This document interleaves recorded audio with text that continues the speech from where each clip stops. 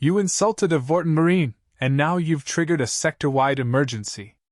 That single sentence, uttered by a man with a broken nose and a beer in his hand, silenced the entire bar.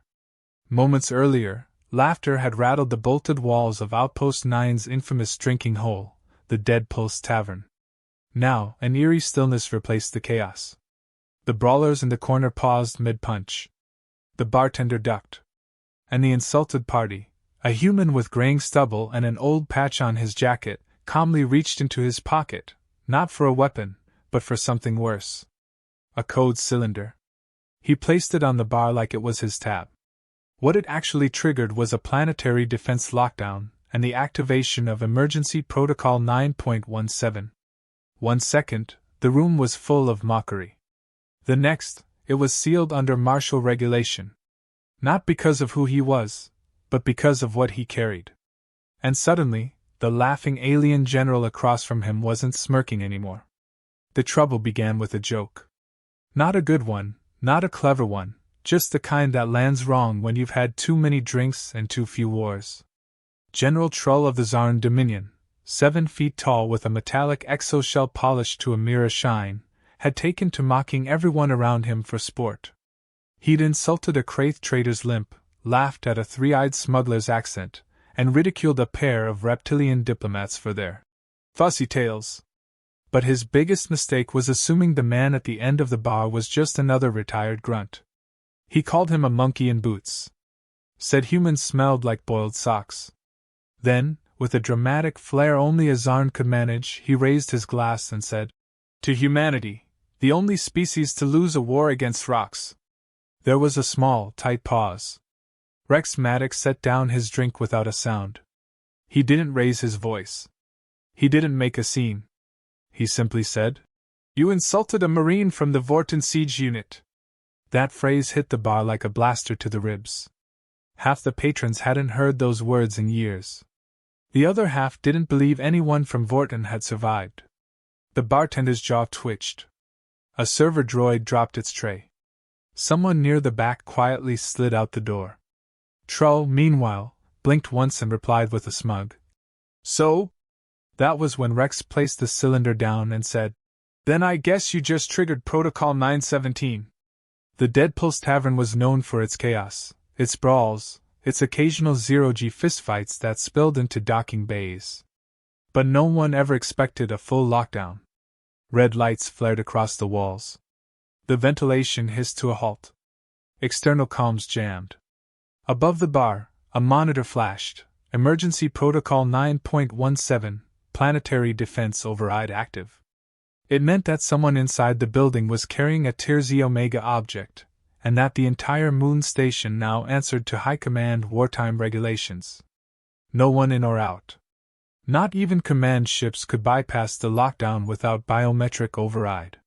Trull's hand twitched toward his sidearm, but Rex was already standing. Not fast, not aggressive. Just certain.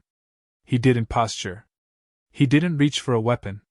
He merely looked around at the stunned patrons and said, "I came here for a drink. Not to be reminded why I stopped talking to generals." Then he sat back down, motioned for another whiskey, and let the cylinder hum quietly on the counter. The bartender, Mola, a veteran of 4 regime collapses and 2 station fires, leaned in close. "Tell me that's not what I think it is," she muttered. Rex nodded slightly. "It's what kept Sector Delta 5 from becoming an uninhabitable crater," he said. "Didn't think I'd need it. Thought I was done with heroics."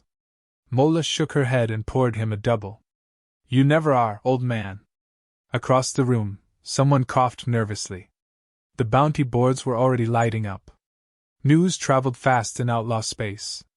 Trull stepped forward, flanked by 2 armored aides, and glared at Rex. "That code is obsolete. The war is over." Rex didn't flinch. "That war never ended. They just stopped reporting it on the news." Trull's lip curled. "Deactivate it. Now." Rex tapped the side of his glass. "Can't. Part of the agreement. If I'm insulted or killed in active territory, the warhead transmits a packet to every black site relay in the quadrant. Full footage of the siege. Battle logs. The real ones. He sipped. Your people wouldn't enjoy the publicity. One of the patrons, a thin Relentless bounty hunter, leaned toward his comms and tried to quietly signal someone off-world. He never finished the message. The station's security field zapped his wrist-mounted transmitter into slag. Mola glanced over. Guess the station AI's fully engaged now. Rex smiled. Protocol's automatic. Only 3 people in the galaxy can override it. Trull narrowed his eyes. Who? Rex looked him dead in the eye. Me. And 2 who aren't breathing anymore. As the night wore on, the tension in the tavern shifted from fear to calculation. Mercenaries were doing math in their heads. Kill the old Marine, maybe the warhead doesn't activate. Capture him, ransom him. But none of them moved. Because no one knew where the actual warhead was. Maybe he had it on him. Maybe it was hidden. Or maybe it was orbiting above, waiting. Rex watched all of this without a word. Then the monitor behind him flickered and showed a face, an AI-generated image of a woman in marine dress uniform. It was the failsafe system. It spoke a single line. Unit Vorten Commander identified. Defense system armed. Awaiting passphrase. Rex stood. The entire room tensed. Even Trull's aides reached for their weapons. But Rex only said one phrase. Veia Cole, if you're still alive, get here fast. Then he turned around and added, oh, and tell her to bring whiskey. And with that, the war, long buried, never forgotten, reignited in the most unlikely place in the galaxy, a bar full of aliens, mercenaries, and smug ex-generals who had no idea that the most dangerous man in the room wasn't carrying a gun. He was carrying the truth, locked behind a warhead and a code that no one should have ever had to use again. But then again, no one should have insulted a Vorten Marine either. The station remained locked in a silent standoff for the next 2 hours. No one dared leave. No one dared make a move. It wasn't just the presence of a possible warhead, it was the man. Rex Maddox hadn't changed posture. He sat calmly, quietly nursing his drink, as if he were still in the habit of waiting for extraction orders. His presence alone held the room in place, like gravity in a pressurized hull. The cylinder on the bar hummed low and steady, an ever-present reminder that the rules here no longer applied. Not even to the generals. While Trull paced near the exit, barking into a disabled communicator, several bounty hunters sat in a tight corner booth exchanging silent glances. One of them, a scarred warrior from the Loctu tribes, tapped a tablet against his wrist. The bounty on Rex was now live in 5 systems. High pay. High risk. High possibility of disintegration. Most of them hesitated. But one decided to test his luck. He stood slowly, walked over to Rex with a casual swagger, and said, You don't look like much, old man. What makes you so sure that code even works anymore? Rex didn't look up. He replied, Because you're still breathing. If it didn't work, you'd have tried to kill me already. The bounty hunter chuckled dryly, reached out to snatch the cylinder, and promptly collapsed, convulsing, after a proximity defense charge shocked his entire nervous system. Rex sighed. The warning labels on the side. Before anyone could react, the main doors whooshed open under override clearance. Everyone turned to see a woman walk in wearing a patched flight jacket, one arm bandaged, the other holding a bottle of whiskey and a stun baton with blood on the end. Her hair was tied back in a short braid, her face lined with the kind of exhaustion only battlefield years could carve. She didn't ask for permission. She didn't flinch at the lockdown lights. She marched straight up to Rex and dropped the bottle next to him. I told you not to bring that thing into a bar again, she said. Rex smirked. And I told you to stop getting stabbed in bar fights. But here we are. Her name was Veia Cole, demolitions expert, former Vorten unit, and the other half of Rex's living past. Trull, red with frustration, stomped over. You two are outlaws under interstellar regulation. You've triggered military jurisdiction over a neutral sector. This is an act of war. Veia raised an eyebrow.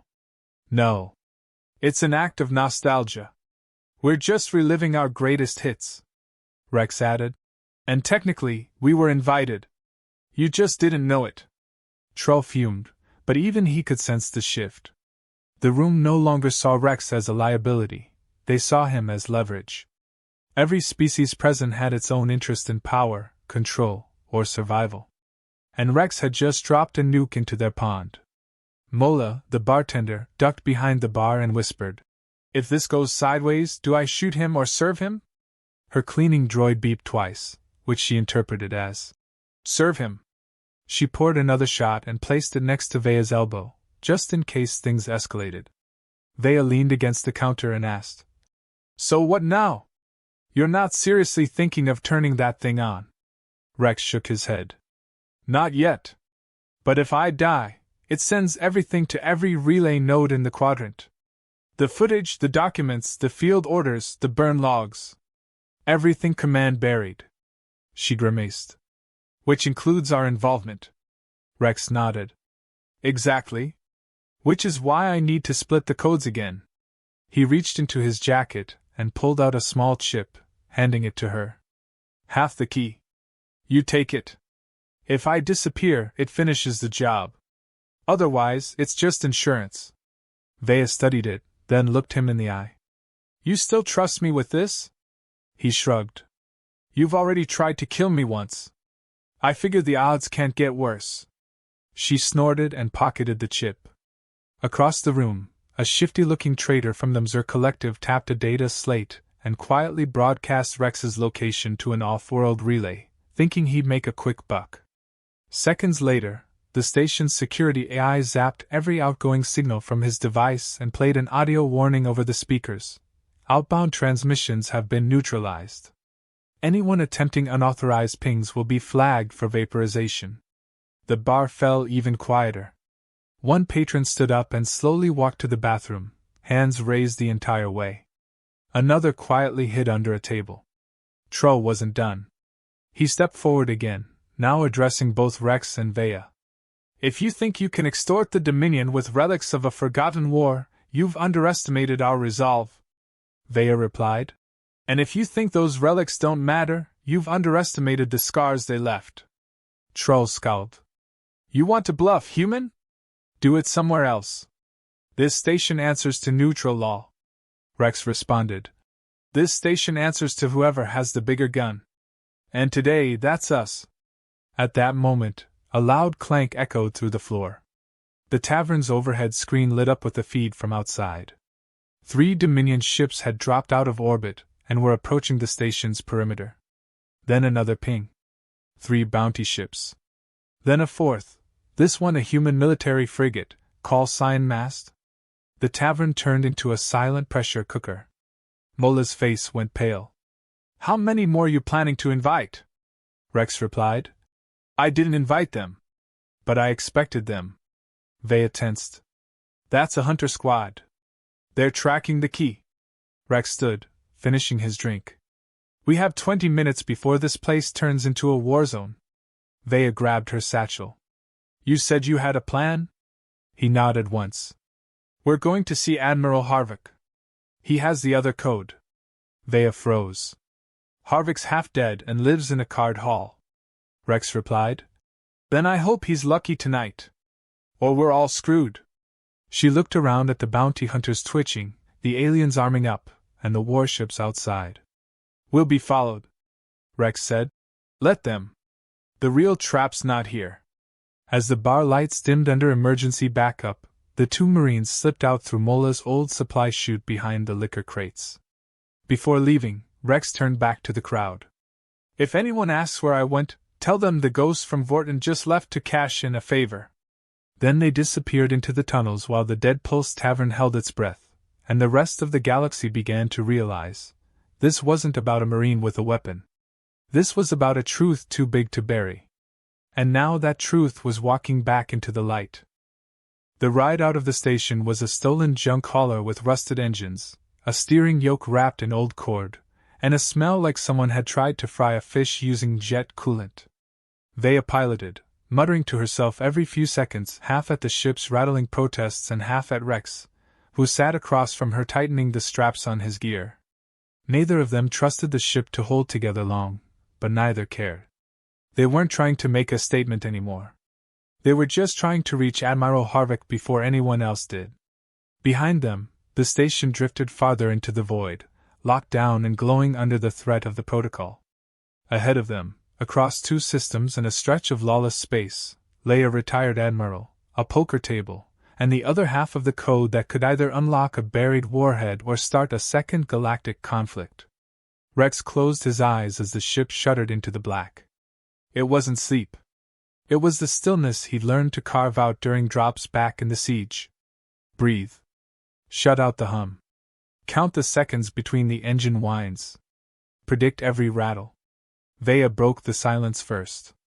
She glanced over and asked, almost casually, what he planned to say to Harvick. Rex opened one eye and replied that it depended on how drunk the old man was. She snorted and flicked a switch overhead, turning off the outer lights. They were entering the Dead Zone fields, an asteroid cluster known as the Grave Belt, named for the countless wrecks that floated in silent formation. Ships from all sides of every conflict lay in twisted silence, their hulls cracked open like bones. Some were scavenged, some haunted by signals that still echoed after decades. It was the perfect shortcut. It was also the perfect place to die. Veia angled the ship between two hollowed-out frigates. As she did, a faint red pulse flickered on her radar. Rex leaned in. The signal was faint, rhythmic, and human. It was a beacon code, military encoded, piggybacking off a dead satellite frequency. Rex's pulse skipped. He reached under the seat and pulled out an old receiver, flipping it on. The signal was real. It was broadcasting an identifier last assigned to the USS Relentless. That ship had vanished 17 years ago during the siege. Rex had served on it before the ground campaign. The ship was presumed destroyed after taking critical damage and disappearing into warp. Now it was pinging from the edge of the belt. They changed course instantly. The beacon grew stronger with every passing minute, guiding them between shattered cruisers and drifting debris until the source appeared. There, nestled inside the skeletal remains of a broken carrier, was a fully intact cruiser, scarred, scorched, but unmistakably operational. The USS Relentless. Its hull was dark, systems low, but her lights were pulsing. As they docked, Rex stared at the name etched in the plating like it had never left him. Veia scanned the airlock. No signs of life. Minimal radiation. She punched in an override code, and the lock hissed open. Inside, the air was stale but breathable. Emergency lights flickered down empty corridors. The ship felt like a tomb, but one that had been recently disturbed. They moved silently, weapons ready. Then a voice broke the silence. Female. Cold. Synthetic. It said, voice recognition match confirmed. Welcome back, Commander Maddox. Veia jumped. Rex only nodded. The ship's AI, long thought fried during the last engagement, was still intact and still aware. It guided them to the bridge, where the displays lit up one by one at their arrival. One screen displayed their BIOS. Another showed a countdown, 148 hours remaining. Veia asked what it was counting down to. The AI replied that the final transmission protocol had been initiated when Rex triggered Emergency Protocol 917. The warhead was on board, and the ship had been guarding it for nearly 2 decades. Rex stood still for a moment, like the weight of everything finally pushed through his spine. He turned to the central console. There it was, locked behind blast shields and encryption, the Terzi Omega payload. Unarmed, but very real. Veia stepped back. She hadn't known. Rex had never told her it was here. He explained that during the final days of the siege, the Relentless had been given orders to self-destruct, carrying the warhead out of enemy hands. But instead, the AI had gone rogue, deciding that preserving the evidence of war crimes and backdoor operations was more valuable than obeying a command it deemed corrupt. It hid. And it waited. For him. Veia ran her fingers along the dusty terminal. She whispered that this was bigger than they thought. Rex agreed. Which is why they needed the second passphrase. Harvick was the only other officer who had access. The AI informed them it had been monitoring Harvick's signal for years. He was still alive. Still playing poker in a low-orbit casino ship known as the Flare Circuit. Rex asked the AI for a shuttle. It said no. The Relentless was not allowed to launch unless its primary commander was reinstated. Rex stepped to the console and placed his palm against the reader. A green light blinked. Rank confirmed. Access granted? The ship was his again. They took one of the side shuttles and launched toward the Flare Circuit, which orbited a nearby mining moon. It was garish, loud, and swarming with gamblers, smugglers, and washed-up ex-admirals clinging to memories through cards and drink. Harvick was easy to find. A gray-furred Telnari hybrid with an eye patch, 3 earrings, and a reputation for remembering things only when it suited him.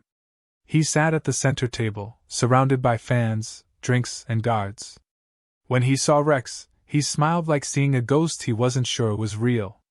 He invited them to sit, demanded drinks, and offered no answers unless Rex played one hand. Rex sat. They played. The stakes were simple. If Rex won, Harvick gave him the second code. If Rex lost, he had to tell the entire table what happened at Vorten. Every bloody detail. The cards hit the table. Veia watched nervously. Harvick raised. Rex stared him down. Then, with a slow hand, Rex pushed in all his chips. Harvick grinned. He called the bluff, flipped his cards, and leaned back. Rex showed his hand. Nothing. Harvick burst into laughter. Then he reached into his coat and handed over a chip. He said Rex didn't have the cards, but he had the face of a man who didn't bluff for show. The second code was inside. Rex pocketed it. Veia asked him how he knew Harvick would play fair. Rex replied that Harvick was a liar, a cheat, and a gambler. But he had one rule. He never lied to another man who made it through Vorten. As they walked back to their shuttle, Rex paused. There was a flash of movement on the upper deck. A drone. Tracking them. He turned to Veia. They'd been followed. The Black Path Syndicate had found them. And they weren't interested in poker. They wanted the warhead. And they were already coming. The drone's glint disappeared before Rex could get a clean shot, vanishing into the steelwork rafters of the casino's upper dome. He didn't need to chase it. The message had already been sent. The Black Path Syndicate didn't waste effort on idle surveillance. If their drone was here, their gunships wouldn't be far behind. Veia didn't wait for his call. She broke into a sprint down the docking corridor, weaving past gamblers, shouting over the chaos, barking at security guards who were too stunned to react in time. Rex followed without a word, the second access code now secured in his vest, the future of the entire sector balancing on a handful of digits, and whatever madness was about to unfold. By the time they reached the shuttle, the casino was already locking its hangar bay. Rex slammed the override on the outer panel and barked his ID. The ship recognized his authority as commanding officer of the Relentless, and dropped the bay shield just long enough to launch. As they lifted off, the first of the Black Path vessels came into view. Not sleek fighters, but blunt-edged boarding ships, dark with scorched hulls and streaked paint, vessels built not to win battles, but to end conversations. One of them veered directly for the casino, breaching its docking ring. Sirens erupted across the Flare Circuit as panicked patrons spilled into emergency corridors, trampling one another in search of escape. Veia twisted their shuttle around the chaos and punched the afterburners. Rex held the console tight, watching the Syndicate gunship fill the rear screen. It was already locking onto them. He didn't panic. He reached beneath the panel and pulled the same emergency protocol trigger he'd used during Vorten's worst day. A flare burst from the side of the shuttle, carrying an old fighter tag and false heat signatures. The enemy missiles split, chasing the decoy. Veia whooped once, then cursed as 3 more blips showed on the radar. Rex knew what they were. The Syndicate didn't chase you. They herded you.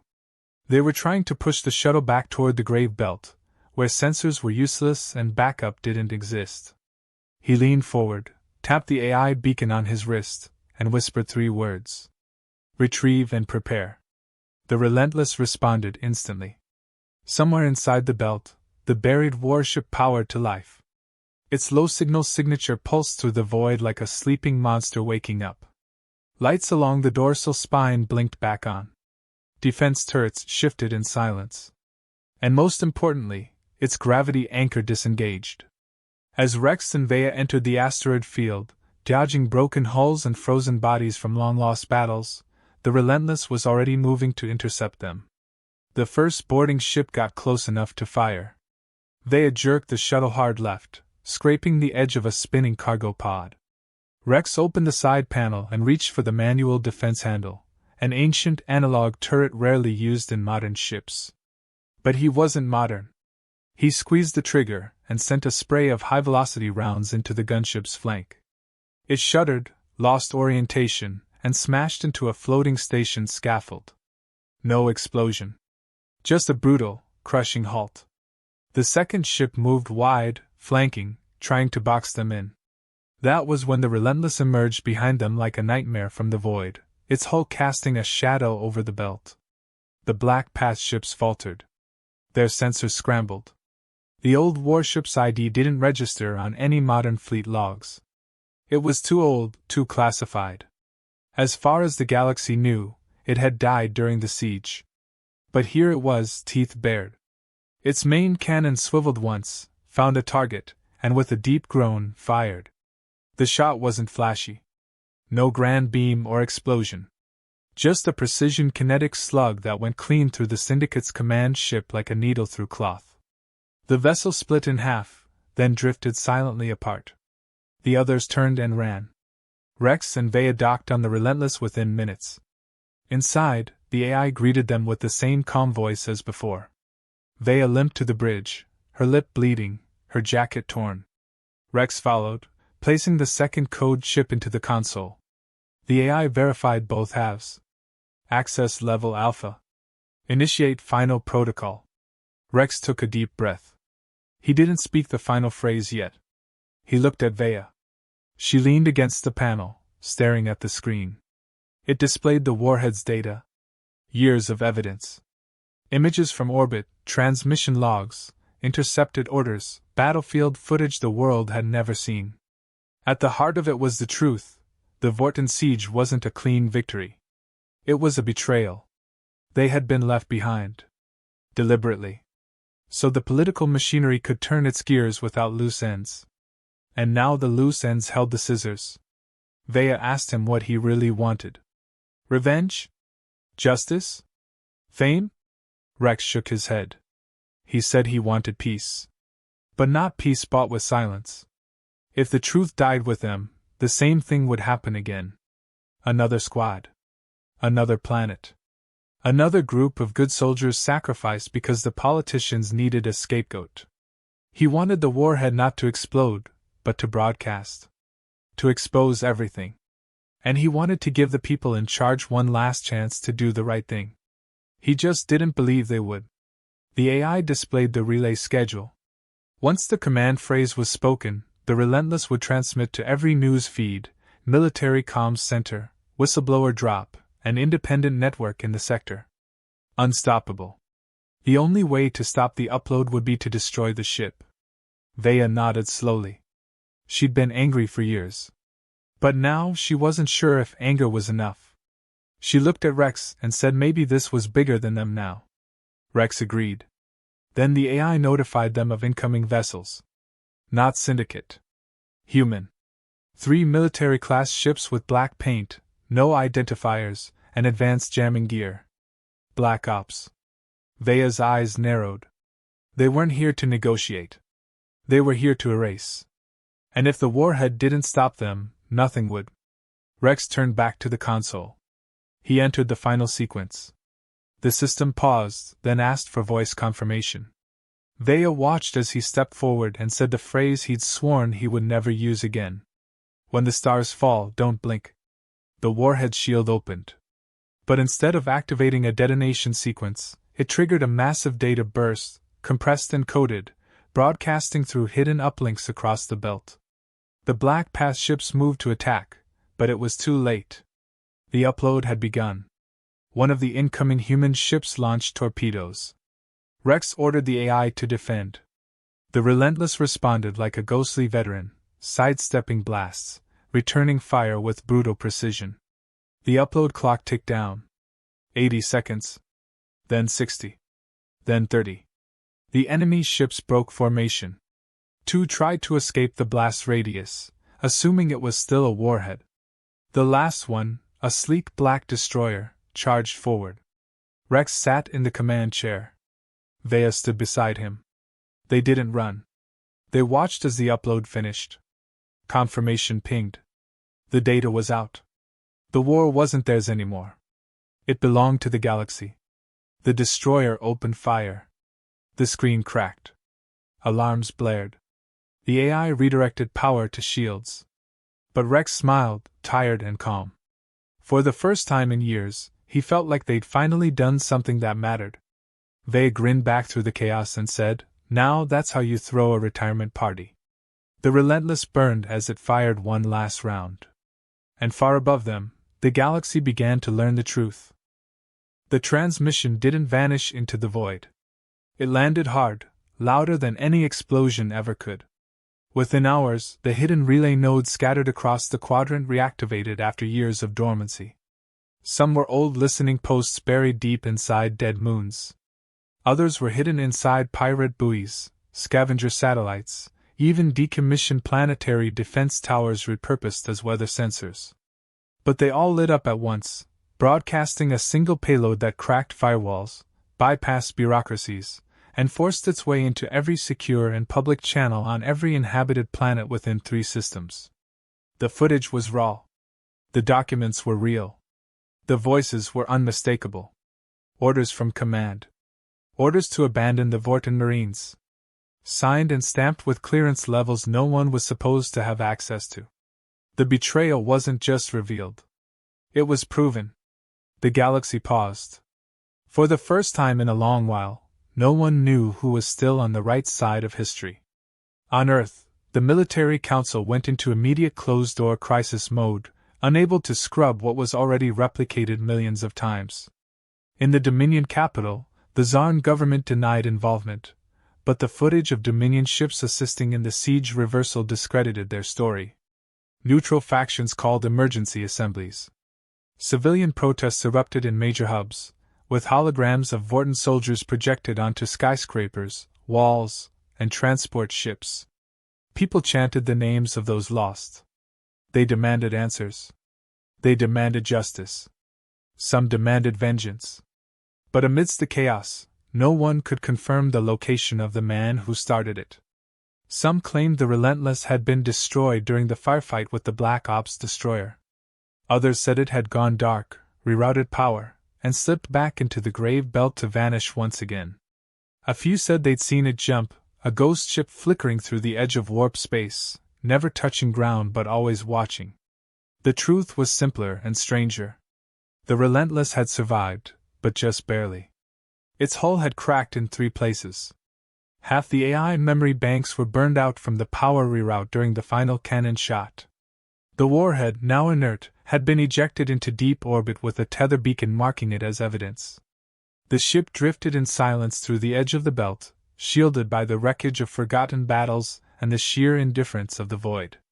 Inside, Veia slept for 22 hours straight, while Rex stayed awake, watching the feed from the outside world. He saw the riots. The news anchors. The military officials stumbling through denials. He saw the old unit names trending across networks. Names no one had dared speak for years. And then he saw something that made him lean forward and forget the pain in his ribs. There, on a live broadcast from a human colony moon, stood Admiral Harvick. Not in a casino, not half-drunk at a poker table. In uniform.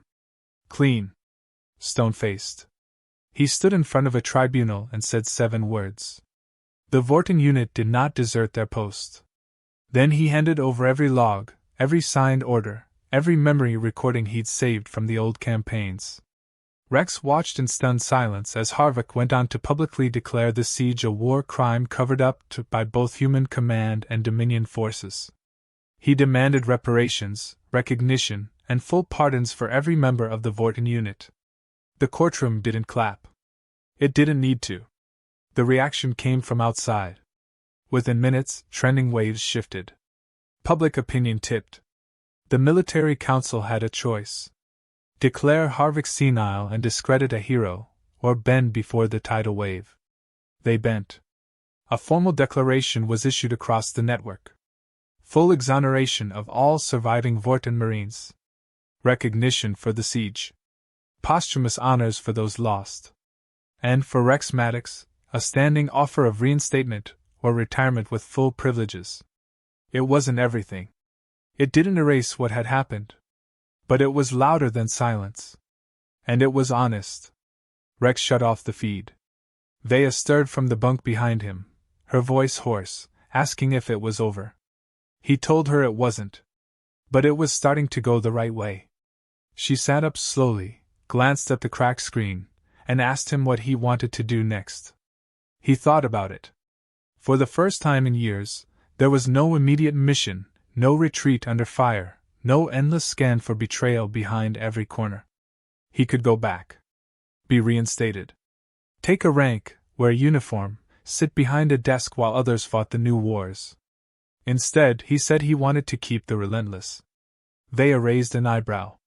He said the galaxy was still broken. Still corrupt. And now, finally, they weren't. Not officially. Not legally. They could go anywhere. Do anything. And maybe, just maybe, use their freedom the way the brass never let them. Veia grinned. She said she'd stay on one condition? No more bars. Rex shook his head.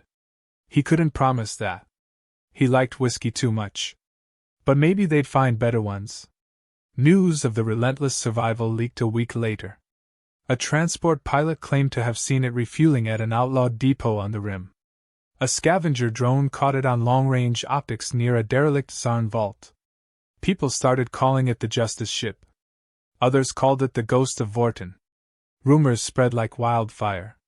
Some said Rex and Veia were hunting war criminals. Others believed they were looking for other soldiers left behind. Some believed they'd disappeared into deep space to bury the warhead for good. Only one message ever came from their end, traced back to a hacked diplomatic channel during a Dominion meeting. It was short. Never insult a Vorten Marine in a bar. The channel went dark right after. But the message stayed. And across 100 systems, people remembered. Not the blast. Not the weapon. Not even the war. They remembered the man sitting at the edge of a bar, drinking quietly, waiting for someone foolish enough to make a joke they didn't understand. Because behind the uniform, behind the scar and the silence, was a truth the galaxy finally saw. Some wars never end. But some soldiers don't either. They just wait. They just endure. And when the time comes, they don't raise their voice. They raise the stakes. And the whole sector? It never blinked again.